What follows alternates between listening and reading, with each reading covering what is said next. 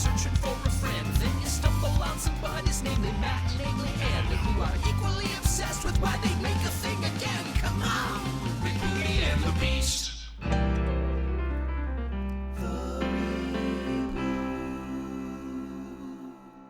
All right, Luigi, give me some of that prehistoric rod. This is Rebooty and the Beast, a podcast in 2 parts, and I'm Matt Molinaro. And I'm Ed Burke. In the first episode, we review an original piece of media, and in the subsequent episodes, we discuss the reboots. Yes. And here we are. We're doing a reboot here, kinda. I really was not anticipating you to pick that quote, but I did have that quote written down. As soon as it happened, and it happens early in the journey, instantaneously, I was like, oh, I don't even need to hear another word. I could just turn off the whole thing now. Yeah, I've had enough. The experience is complete. Oh my gosh. Yeah. Okay, so we watched the original Super Mario Super Show last time, which had like the live moments in between the episodes. This one does not. No, this one has something else, which I can't wait to discuss with you. I literally just can't wait to get your reaction on it and your take on it, because for obvious reasons. But yes, this had its own segment. Yeah. And by this, we mean Super Mario World, or Super Mario World, which was the, I guess, sort of sequel, but, like, this one was based on, I guess, you know, the updated video game by that time. Yeah, the Super Nintendo version of Super Mario World. Yeah, and this came out in 1991. This was only 13 episodes, right? Yeah, it was very short-lived. Yeah, which they definitely made a change from last time. Oh, by the way, I read for last week's episode, I read someplace while I was reading about this show, that when they started to show the old Super Mario Super Show on TV later on in life, they cut out the scenes of the live action ones, like you said. Yeah. But they replaced them with something else, so it was just as long. Because we were like, how would they do that? That would be like literally a 10-minute episode. Oh, yeah. So they just replaced it with a different live action thing about like some kids in like, you know, some sort of 80s future land. I don't know, whatever bullshit. But yeah, that was the answer to how they kept the episode length the same and actually re-aired it. Anyway... I just thought that was a fun piece of trivia from last week, because I really was like, how? Yeah, Did you played the Super Mario World, obviously, for Super Nintendo? Oh, I played the hell out of that game. I think it's one of the best of the agree. whole franchise. 100%. I could hear the music in my head still. Oh, yeah, completely. And I think they used some of the actual music in the episode. Oh, 100%. Yeah. Sometimes not effectively. Sometimes we're like shoehorning it in. Like, you're not in a dungeon. Right. But yeah, I loved the video game, and this was one I played a lot. I'm actually currently playing one of the old Pokemon games that they re-released. I know we talked about this on the other podcast. Yeah. And I'm using the old strategy guide Davey found, like a downloadable PDF of the old strategy guide for it. Oh my God. And it made me think of what we were talking about last week on this podcast, because literally I'm like my own navigator now. That's amazing. For a minute when you said I'm using the old strategy guide, I thought for a minute you were saying you still had a copy of it. And I was like, that is actually insane. Okay. I don't, but I do have somewhere, I'm sure, the old strategy guide for like Secret of Mana and like the old Super Nintendo role-playing games I played, because I just was obsessed with the artwork in it and the world, and I would just like read I would just look through the strategy guide for all the like artwork versions of the characters, you know? Yeah. Do you know what I mean? Like the fully illustrated ones. I did a little bit of a dive on all these Mario characters too, to see how they changed over the years, because, you know, Princess Toadstool has red hair and all of that. Yes. And it wasn't too long after this that we see all the because it's interesting, when we watch this, we see like King Koopa again. He's still King Koopa, not Bowser, and he still has kind of his old character design. What'd you call it? I said he has his old face. He hasn't gone Hollywood yet. No, it's his first season on Drag Race still. Yes. He's not on All Stars yet. I was gonna say Housewives. He hasn't done the facelift and oh my God, he hasn't lift seen and all Dolores that. and Liz's surgeon. But did you have any expectations going into this episode? I'm assuming you hadn't seen this. No, which is kind of surprising. I mean, because in 91, I would have been 9, and this probably would have been kind of like right in my wheelhouse. Yeah. And I was playing the game at the time, but I have no memory of ever seeing this show. And if it was only 13 episodes, maybe it missed me entirely somehow. Yeah, I thought the same thing, because I would have been 6-ish around here. So I would have been watching this, even in syndication afterwards, you know? Yeah. But I guess I just watched I used to watch like Sonic the Hedgehog cartoon after school. After school for me was a lot of Darkwing Duck and Batman the Animated Series. Yeah, I did some of the Batman. I really stuck to I would hide and watch like Care Bears and whatchamacall, My Little Ponytails. Yes. On the lowest volume ever. Anyway, so funny. Yeah, this all reminds me, by the way, related to our podcast, we're gonna have to do the Masters of the Universe when that movie comes out. Yeah, which it comes out in a few months, right? Yeah, so we'll have to go back and watch the old He-Man, and if there's any old He-Man variations, and maybe we could do a little She-Ra arc. Oh, I do love She-Ra. Right? Well, at least I love the new She-Ra. Yes. Anyway, there was something else coming out in the near future that I was like, oh. Didn't we just talk about it? Well, I was talking about Street Fighter, which I cannot wait for. I think there's that. Yeah. There's something else. Something that Miles wanted to see. Oh, you know what? Maybe I'm thinking of Queer as Folk. Oh, well, they had the 2 series already, right? And I heard the second one was good, but got canceled because, the time it came out and ratings and all that kind of stuff. I think both. I mean, I've seen some of the British one, I've seen the American one, and I've seen a little bit of the reboot. I think maybe not much, and they're all very like campy and ridiculous and like not good, but worth watching. Yeah. Anyway. Shall we talk about Super Mario World? Yes. I have the summary. Do we have any opening thoughts beforehand? Anything you were looking for from a rebooted cartoon from the last one? I mean, I think I was just hoping for like a little bit of better storytelling and animation. Like maybe an actual plot would have been nice. Right, and I was really just desperate to get rid of the 50-year-old Mario. Yes. And his 49-year-old brother Luigi. Yes, agreed. Okay, the summary from IMDb for the series is Mario, Luigi, and Princess Toadstool are living in Dinosaur Land and have a cute, always hungry dinosaur named Yoshi as a pet and a caveman child as a friend. They must stop evil King Koopa and his minions, the Koopalings. So, a couple of things. Yeah. One, I have no idea. I have no memory of a dinosaur land in Super Mario. There's... Until I read that description, which was, by the way, after I'd watched this episode and I was like collecting my notes and stuff, I didn't understand why there were dinosaurs happening so much in the episodes.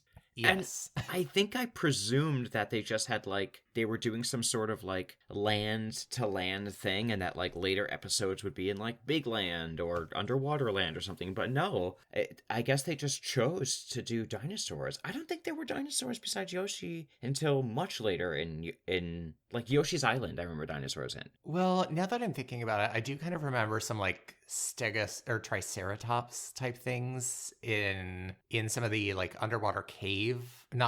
underground cave levels. So maybe there were dinosaurs, but there certainly were not cavemen. No, and I don't think, even if there were dinosaurs, I think they were things you jumped on their heads, and they were objects in the round. They weren't running around with you, not in any significant way. Let's say there was. I played, like you said, I played endless hours of this version of this game and previous ones too. I have no memory of significance of Dino Land. Yeah, same here. And I was very confused. I think they were leaning into it with Yoshi. Maybe. And I read online that the little caveman guy that they have in it was supposed to be served as Toad, but just have Toad. I know. I thought the same thing. I was like, why did we do away with a character that's part of the universe canonically and replace him with somebody who's not? That just seems like a really weird choice when you're creating a cartoon to capitalize on this brand that people are aware of. Right. Although, come to think of it, was Toad in Super Mario World? I mean, he had to play some kind of part, right? Wait, yeah, yes, because when you would go to, wouldn't you go to like the big mushroom house and play the game to get the item? Well, the mushroom houses, I think, were in the second Wasn't or that the third Super game? Mario World where you'd go to the house, you play the spinning the block game, and you'd match up all the three things, and you get like a fire flower? I think that's the third game. Third game? Oh, Mario 3? Yeah, that definitely had mushroom houses. Now I have to look it up. Was Toad in Super Mario World SNES? No! He is knew notably it. from, Google. He is notably absent from the game and the corresponding cartoon series, Rude. With Yoshi serving as the main companion character in Dinosaur Land. Wow. Okay, so there was a Dinosaur Land. Was Dinosaur Land in... Okay, now I'm going to write that. Was Dinosaur Land in Super Mario World SNES? Yes, Dinosaur... Oh my... N? What are we doing? Dinosaur Land is the main setting of the 1990 SNES game Super Mario World. It's a prehistoric-themed archipelago where the characters go on vacation only for Princess to be kidnapped by Bowser and the Yoshis to be trapped in eggs. Okay, but now Google, were there cavemen in Super Mario World SNES? Let's see. Because that actually surprises me and I feel very stupid. No, a caveman was not in the original game. While the game features a dinosaur theme, of course, which of course I remember now. LOL, just I'm lying. The caveman character named as Oogtar. Mm-hmm. Only as in the cartoon, not in the video game. Oogtar would be a fun, like, random Smash Brothers, like... Super deep cut. Yeah, like you open up a trophy and, like, he's, like, the enemy that comes out and helps you. And literally every person on the planet, except for us, because nobody will have watched this in 30 years and remember it, will be like, who the fuck is Oogtar? Listen, maybe we'll bring it back. Maybe Oogtar is featured in the new Super Mario movies. Galaxy movie? Yeah, a little Easter egg. Okay, so moving beyond the caveman issue, my next big issue is that the opening theme song for some reason has a Jamaican accent. I was like, what is, why? Sebastian from The Little Mermaid singing in this movie? It was a bad Jamaican accent. I was like, what is this? Is this Dorit in season 1? It was like an undistinguishable accent that kind of was trying to be Jamaican. It was kind of Kendra the Vampire Slayer Jamaican accent. Kendra the Vampire Slayer. Oh, wait. Oh my God, Kendra. Yeah, like, who the is that? vampire slayer from Jamaica who they had her learn this random dialect that came across as a terrible Jamaican accent. Yes. For a second, I was like, who's Kendra? And I totally forgot about her. I also wrote that we have a Larry Bird commercial happening at the beginning of the episode, which made sense later because I was like, why is Larry Bird here? Yeah. Anyway. All right. The animation's a little better. Animation's a little better. The first episode is titled The Wheel Thing. Oh, yeah. Slash. And slash. Pursuit of the Magic Hoop. I'm not even going to speak on that. Moving on. The kind of premise of this one is, they're in this like village with a bunch of cave people, and the cave people are working really hard, and Mario decides he wants to make their life easier. And one of the Koopa kids is there to spy on them because he wants to conquer Dome City, which I guess is where they're at. Dome City. I guess so, yeah. So I thought that was strange too. I also thought, like, why? Leave them alone. No one wants your intervention, Mario. Exactly. They don't need your help to make life better. And as we see later, they definitely don't need you. No. So they invent the wheel. Okay. Why are they the way they invent the wheel was like they needed a fire flower for what? Well, so first they made circles, but then there was no way to attach the circles to anything. So then he needed a fire flower to use it to drill holes in the center so that then it could be like put on a, prehistoric through rod. the middle of the stone to make a hole. Yes. Got it.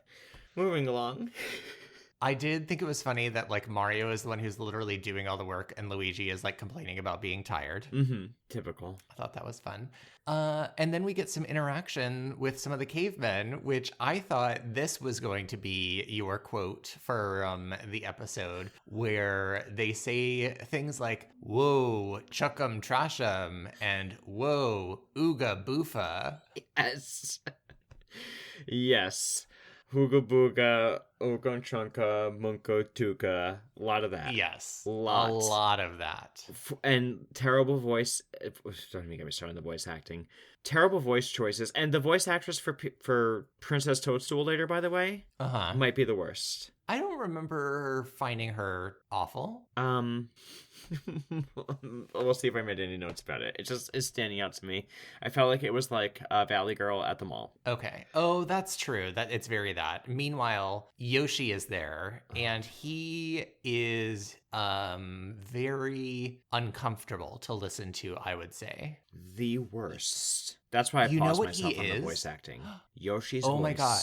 Matt, do you know exactly who he is? He is Jar Jar Binks. Oh my god. You're right. He's Jar Jar Binks with a Macy Gray rasp. Yes, this was the prototype for Jar Jar Binks. Everybody go and listen to it and tell me I'm wrong. But like a baby. Yes. Like with baby the affect of a baby. Yes. It's really uncomfortable. I hate that. I hate it. I feel like on a different episode of something we talked about, probably on this podcast, we talked about somebody doing baby voice. Oh, we definitely talked about it last week for sure with the stupid Birdo character, but I'm sure we talked about it before too. Yeah. I hate it. I hate when people do a like fucked up baby voice. I agree. It's super gross to me. It's okay. Never appropriate. They have a fire flower here again, and by the way, it looks nothing like the fire flower from the actual game ever. I wonder if that no, it never does in these cartoons for some reason. And I wrote down, why are they skateboarding? Yes, it does not make any sense.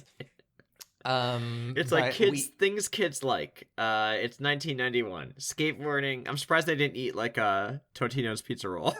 I have another question. Was there some, now that I'm thinking about it, like in the early 90s, was there some sort of fascination with cave people? Like, had we discovered, like, was Lucy the Australopithecus, like, discovered in the early 90s or something? Because I'm thinking about, like, Encino Man and this, and, like, I just feel like Ooga Booga cavemen stuff was like very early 90s for some reason. That feels right. Encino Man for sure comes to mind. George of the Jungle. Yeah. Jurassic Park on that kind of end. Dinosaur type things were, I think, big at this time for sure. Land Before Time. Dinosaurs, the TV show. Oh my god, I'm the baby, gotta love me. Mm-hmm. Oh my god, I love dinosaurs. A lot of, I think you're right. And I think it was a big thing at the time. Okay. You know, I feel like Hollywood goes through these like massive phases, like this type of movie, disaster movies, martial arts, spectacular feat movies. I suppose we shouldn't read too much into the fact that I feel like the current trend is dystopian apocalypse movies. What? Okay, so I do have to say Mario fire flowers through the wheels to like give them little holes for rods to be stuck in, and that's when he says to Luigi, "Give me some of that prehistoric rod." Mm-hmm. Yes, it's not something you should say to your brother. I'm just gonna say that there is no way. I'm sorry, that was not a mistake. Someone in the writing room was just family, and was like, "Oh, I'm getting this in there." Yeah. There's no reason. We get let's see. Ooga Mooga Luigi ga. So just putting that out there. Princess I like seeing the Goombas. Yeah, they use the Goombas to power so they build a car. They're building cars. They have like an assembly line going now, and they build a car. Oh, yeah. And they're using the Goombas to power the engine. Yeah, they make a Henry Ford joke, because what kids don't love a Henry Ford joke? Mm-hmm. They have the Goomba powering the car. I think this is when we see Princess Toadstool. Yes, she thinks they're like moving too fast, that like these are cave people. You don't need to give them cars as like their first invention. Meanwhile, so while this is all happening in the background, our enemy, they call them the Koopalings in this iteration, which maybe they were, but they're like the Koopa kids of the future. Yes. And this is Larry, I think, and he's the first Koopa you beat in Super Mario World, I think. Yes. In this, I forget what they call it. They're all called something different in this one. Yeah, it's not Larry for some reason. It's something else. Yeah, I wrote it down somewhere. But they might have just called him Kid Koopa. Well, Kid Koopa's someone else. Oh, okay. There's a whole different thing. I forget what I wrote it down. Oh, they call him something Koopa or Koopy. They're all something Kid, I think. Or the other girl, like Kid. Wendy is Cootie Pie or Cutie Pie. That's right. She's Cutie Pie. And he's got some stupid name too, but it doesn't so much matter. Okay. But I love those characters in the games. Me too. For whatever reason, I just always do. Like, even in Smash Brothers, I mean, I always want to pick Wendy, but I love that character set. It's just, I don't know, I loved that concept. So I was happy to see them as, like, the bad guys. But yeah, so basically he's making some sort of mysterious invention, and they banish... Oh, so before they banish them, so Luigi thinks they should have invented driver's ed because there's like honking in traffic and the cave people don't know how to like drive appropriately. Oh, right. So the cave people get mad because there's traffic and car accidents, and so they banish Mario and Luigi to the lava pits. Strange. If this sounds like a strange like sequence of events, even for a cartoon, it is. Yeah, it's, as I said last week when we were watching the first Mario cartoon, and I asked the question, are kids' cartoons just colors and sounds?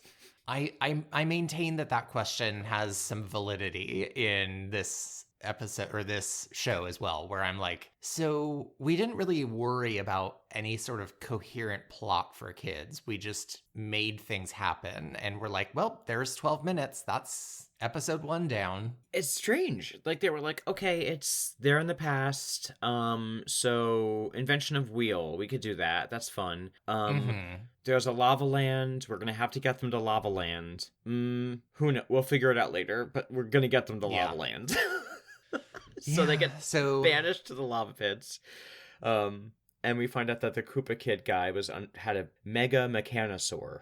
Yes.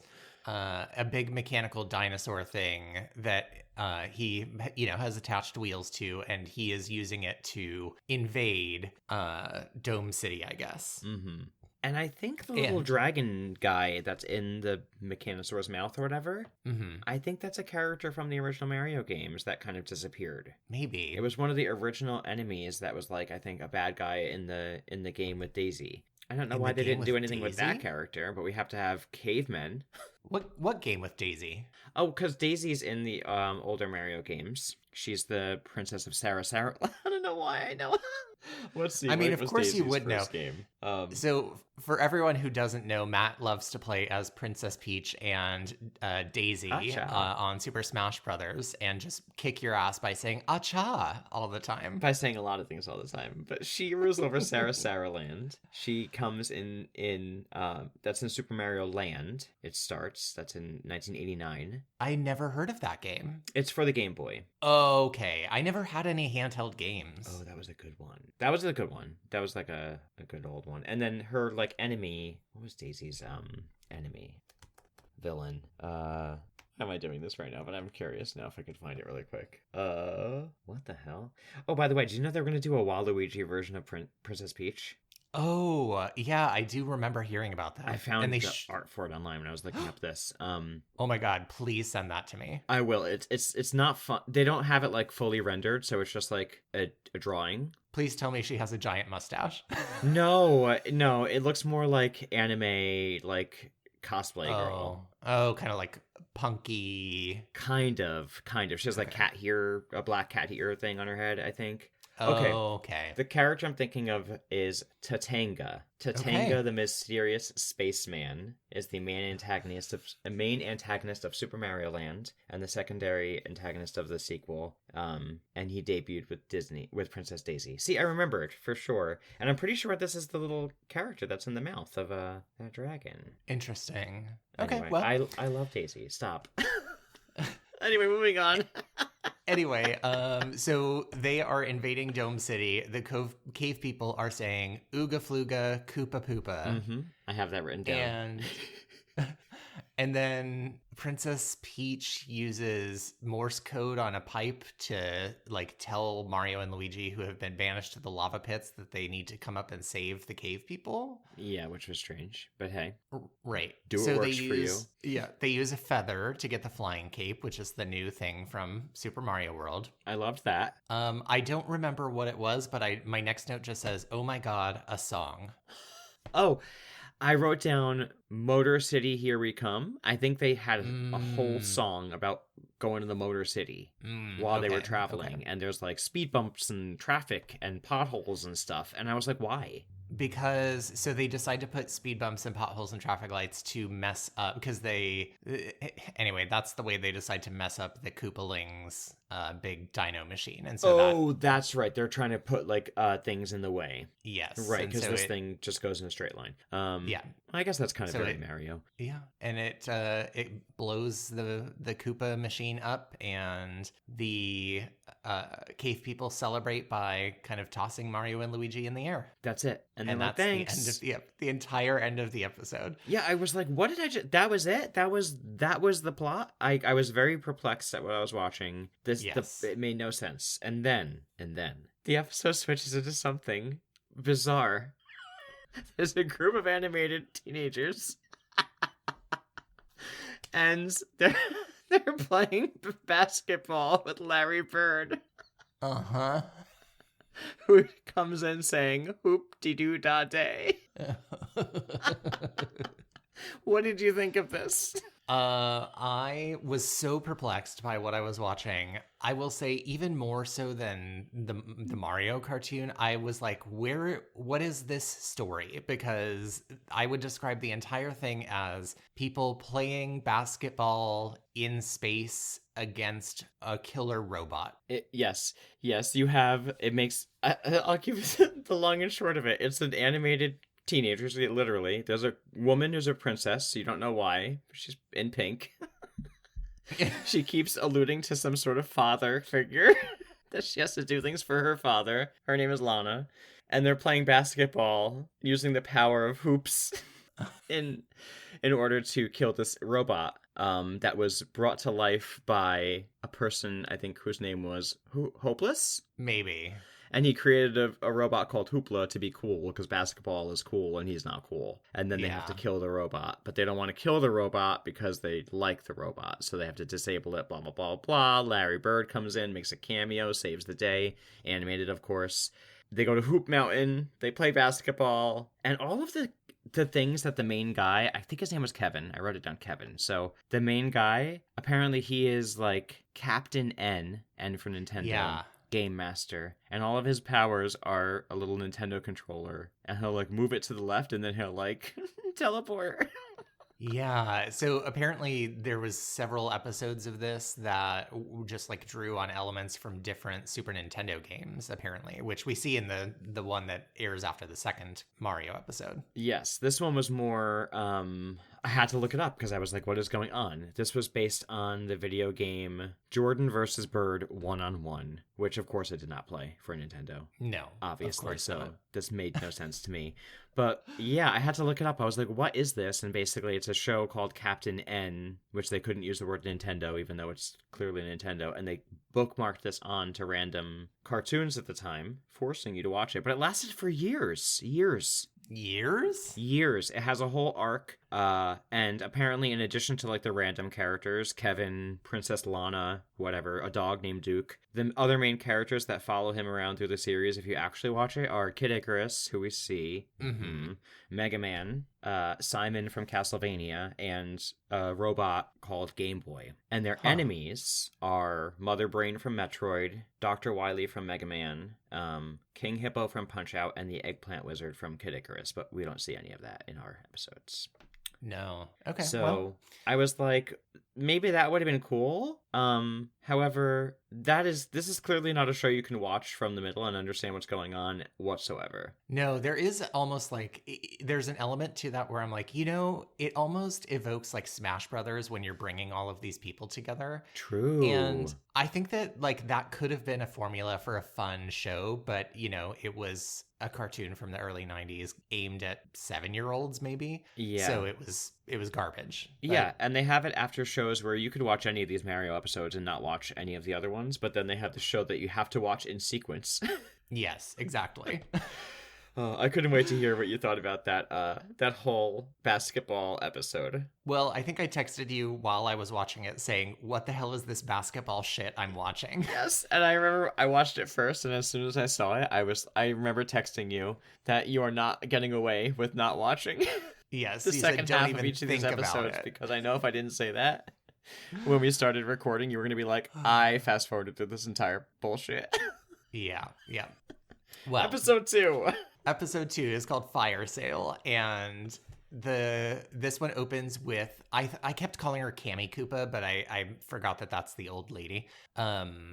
Wendy is her real name, but in this show she's called Cootie Pie. Which is very annoying. Very annoying. And her voice is kind of annoying, but it was kind of fun, and it was kind of a fun annoying. Yeah. It was like that so typical voice they would do back then that sounded like if Kathy Griffin got really excited on Suddenly Susan. Yes. She is living in the ice world in her ice palace, which she says she loves because of all the ice mirrors, so she can look at herself. Yes. Which, I don't blame her. She's a diva. She's an icon. She's a diva. She's an icon. She's got a gorgeous bow. She's got fashion, eyelashes. Mm-hmm. I get it. Little heels. Yes, and you know what? She's in her little Elsa fantasy world right now, and quite frankly, it's beautiful. Yeah. Unfortunately, she is very cold, and she does not love how cold it is in the ice palace. So her first solution is to beat up a Koopa Troopa and yell at him about solving the problem. Naturally. Not good leadership. Good leadership. Bad leadership. Punching down. So she wants to go to Dome City and get Mama Fire Plant to warm up the ice palace, which I don't remember a Mama Fire Plant in anything. I was gonna say, the classic Mario character, Mama Fire Plant. Mama Fire Plant. Yes. I mean, I would like to have had a Mama Fire Plant. Sure. In the game, didn't happen for me. We cut to Dome City and they're all barbecuing, but Yoshi is being a little pig boy and eating it all. They make Yoshi, he doesn't just eat food, he eats inanimate objects and then doesn't understand what's happening. Yes, with that fucked up baby voice. They call him a dinner-devouring dino brat. And they tell him, oh, okay, so they're like, we need to grill more food, so you need to go get Mama Fire Plant and bring her over here to start the fire, start the grill or whatever. Why don't they just get the damn fire flower again? It's a great question. Or also, why didn't you invite Mama Fire Plant to the barbecue if she's doing all the fucking work for you? Amen. And honestly, why does Mama Fire Plant have to do everything? When is her shift over? Right. When does Mama Fire Plant clock out? So they make what's his face Yoshi go get her. She lives across the river, and Yoshi is scared of water. Why? I mean, I guess. Wait, you could ride Yoshi underwater, can't you? Yes, you can. Yes, you can. Just saying. However, Cammy beats Yoshi there, and she gets to Mama Fire Plant first. Just kidding. Sorry, Wendy / Cootie Pie. And they fight over Mama Fire Plant, and she tosses a shell in Mama Fire Plant's mouth to keep her from shooting fireballs at her, and then they drag her down into the sewer to take her back to the ice palace. Which is terrible. They kidnapping. They kidnapped this Mama Fire Plant who can't move because she's in a pot, and she's a potted plant. Yeah, she's a potted plant with sassy lips and hair, and they just kidnap her for their own uses by by gagging her. Yes, Yoshi does hear her yelling though, and so he goes and gets Mario and Luigi, and they discover the warp tube under the sewer grate, and they're in the ice palace. And there's of course, I just feel like a lot of these cartoons is not again, storytelling. It's just spectacle. So they have Luigi step on an ice cube and go sliding around going whoa, whoa, whoa, whoa. Let's see. Paragoombas attack them. I like that they had to do a lot of platform jumping in this one. Yes. It felt like the game a little bit for a second. Yes. Oh, that's right. They fall down and yeah.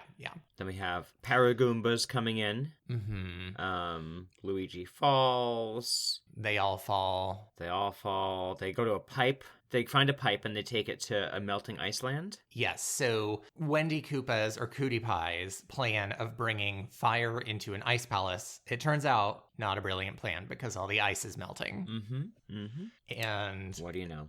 Mario or Princess or somebody is like, oh, if Iceland melts, all of Dinosaur Land will be flooded.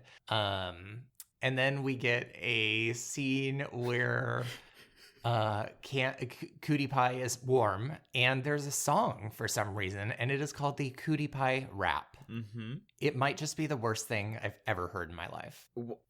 I read online that it had songs in every episode, and I think that they were supposed to be to the tune or to like spoof popular songs of some type at the time. What the hell was this spoofing? I don't, I don't know. I don't know. I could not figure out what was happening. Why was there it was a Cootie Pie rap? A Cootie Pie rap. It was long. It went on way too long. Yes, just like the Motor City one. It went on for so long. And then afterwards, oh gosh, I wrote something about porcupines. Yeah, so for some reason there's urchins in the water that cause them to freeze, and Mario and Princess and Luigi and Cootie Pie all step on one. So it's down to Yoshi to conquer his fear of water and save Mama Fire Plant. That's right, yes. So they basically just escape and then leave Cootie Pie frozen in a block of ice. Yes. And her Koopa that she like beat up before like watches her frozen. Yeah. Like he's like in a hammock reading a magazine going like, I don't care. Mm-hmm. That was it. That was the episode. And that's the whole episode. And then we get more Captain N or whatever it's called. Yes, this is the misadventures in Robin Hood Woods, which is based on the game Robin Hood Prince of Thieves. And it's Captain N and Kid Icarus, by the way, before he's like more known as Pit. Yeah. And what did you think of Kid Icarus's design and iteration? Again, I hate little baby things. It reminds me of, if anybody is a fan of RuPaul's Drag Race and you watched Ariete do a cherub on Snatch Game. Yes. And it's the worst thing that's ever been done. It is a crime against humanity. That's how I felt about Kid Icarus in this. He's like a giant head with a tiny little baby body and wings. Yes, and he's so annoying. Extremely annoying. So annoying. And he's a main character throughout it. So God, I love Kid Icarus, the game. I loved that game. And I love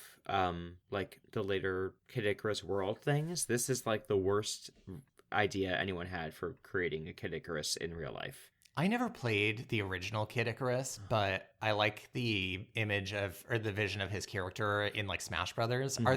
Are there recent Kid Icarus games that are fun? I haven't played any since the original game for Nintendo, and then they like did some sort of Kid Icarus game on Super Nintendo. Okay. I know there's more because Palutena is from Kid Icarus. Oh, okay. And Dark Pit is something, and that's not anything I've ever seen in any of the games I played. But I've never played any of the later ones. But oh my god, I played the first one nonstop. I could hear the music in my head.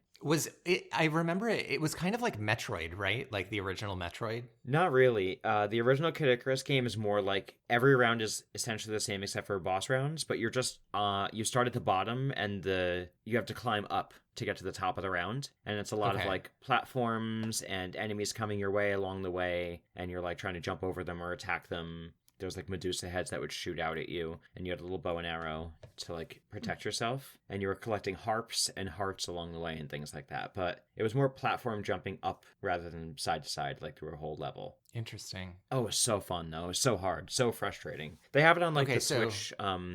You know, those like SNES, NES emulator things. Yeah. So there have only been 3 Kid Icarus games. The original, a sequel for the Game Boy, and then after a 20-year hiatus, a version for the Nintendo 3DS. Ooh. Maybe that's the one where Palutena and all that comes in. Yeah, his artwork on this one kind of looks more like the Smash Brothers Pit. Yeah. Yeah, this version was a total nightmare. It's a little baby annoying Cupid with a fucked up baby voice, like with an attitude. And they're fighting, you know, Robin Hood World, Sheriff of Nottingham. There you go. I was like, who's the bad guy in Robin Hood World? In Nottingham, I guess. I was kind of confused. So am I wrong that the storyline made no sense? Like, Sorry, and I guess I mean continuity, because like we watched the basketball one, and then we watched this Kid Icarus one, but we still don't even know who the characters are or anything. So like these can't be the first and second episodes of this show, right? They're just like randomly plopped in. Yeah, I think this was plopped on any TV show that was like in this like segment of like Okay. TV. So I think like, you know, whatever other shows besides Super Mario World have the other episodes attached to them. Gotcha. Do you know what I mean? Because this is definitely not even the episode right after the one we watched. Because, yeah, now we're with Lana. She's still talking about her dad.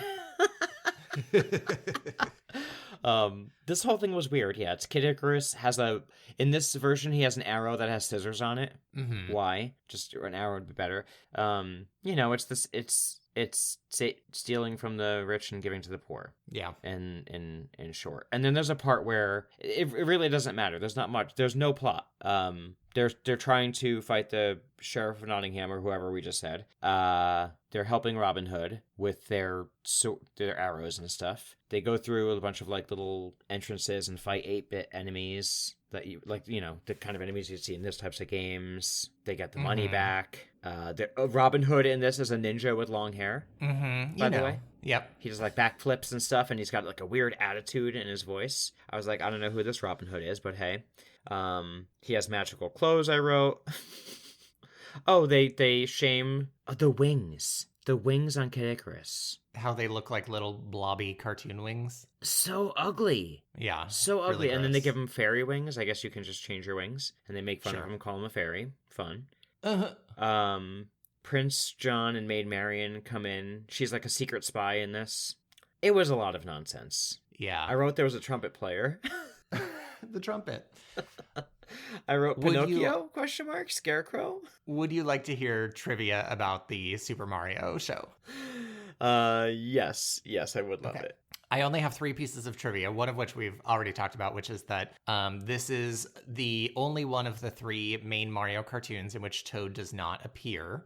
However, the caveman Oogtar has the same voice actor and basically fills the same role. Choices. This series was written after the Children's Television Act was passed that like requires like educational values to be put into any children's programming. So most of the series has like morals and messages like, and this is the list that the trivia says, no bullying in schools, avoid junk food, and try not to get involved in street gangs. Try, yeah. And then the final piece of trivia I have is that this was the show that was the inspiration for the live-action Super Mario Brothers movie, which is coming up soon. Oh my gosh, I can't wait. Oh boy. What about ratings? Oh gosh. All right, so we have here... Oh, we do have a little bit more of a rating this time. So last time we only had IMDb. This time we have IMDb of 6.5. Okay. Rotten Tomatoes, there actually is an audience meter. The audience popcorn meter rating for the series is 81%. Excuse me? You heard right. Was it reviewed by one single person? There were multiple. I didn't read through them, but I was like, okay. All right, well, last time we scored it, the previous cartoon, a 1 and a 2.5. And we called him a beast. What do you want to rate it this time? I'll give it a 2.75. Okay, a very marginal improvement. I was going to say I'll give it a 1.1. Yeah, I think I'll do a 2.75 then. Primarily for the improved animation, if nothing else. I was happy to lose the live action nonsense, even because the stuff we watched was also nonsense, but I'm sure in context it's like a more enjoyable watch. Yeah. Yeah, so more for me. I was just glad to get rid of the live action people. Would we call this a beauty or a beast? I would still call this a beast. Same here. I can't lie. That's just how I feel. Before we do our little closing, which Mario are we watching next week? Oh yes, I have it written down. It's a movie. Ooh, a movie. It's the one where they save Princess Peach. Let's see what it's called. It's not the live action one though, right? No, that's the week after. So this is an animated one. I think it's a Japanese dub or subtitled one. I think we have the dubbed version available. I think it can be watched on YouTube. It's called Super Mario Brothers: The Great Mission to Rescue Princess Peach. Okay. And Well, that came out in 1986, so it's a little bit backwards. Oh, okay. Interesting. Mm-hmm. Huh. All right. Well, it'll be interesting to see if a full-length movie does anything for character development or plotline, or if it's just a longer version of a cartoon episode. I know. It's about an hour, I think, so we'll see. I'm intrigued. I'm intrigued. Yeah. Okay. If you are also intrigued and you want to intrigue others, what you can do to help us grow and reach others is to rate and review our podcast on whatever you're listening to us on right now. That's right. And open that big old mouth of yours and tell anyone and everyone about this podcast, because most people listen to recommendations that their friends give them. Yes, and we'd love if you could post about us on social media. Our social media is RebootyPod on Instagram, updated regularly, and you can email us at rebootypod@gmail.com. We would love to hear from you. Also, we have a Patreon, which is patreon.com/nandmatt. We do monthly bonus episodes, mostly movie reviews that don't have reboots, and sometimes play fun games. So check that out. Yes, and thank you so much for listening to Rebooty and the Beast. See you next week. Bye. Bye.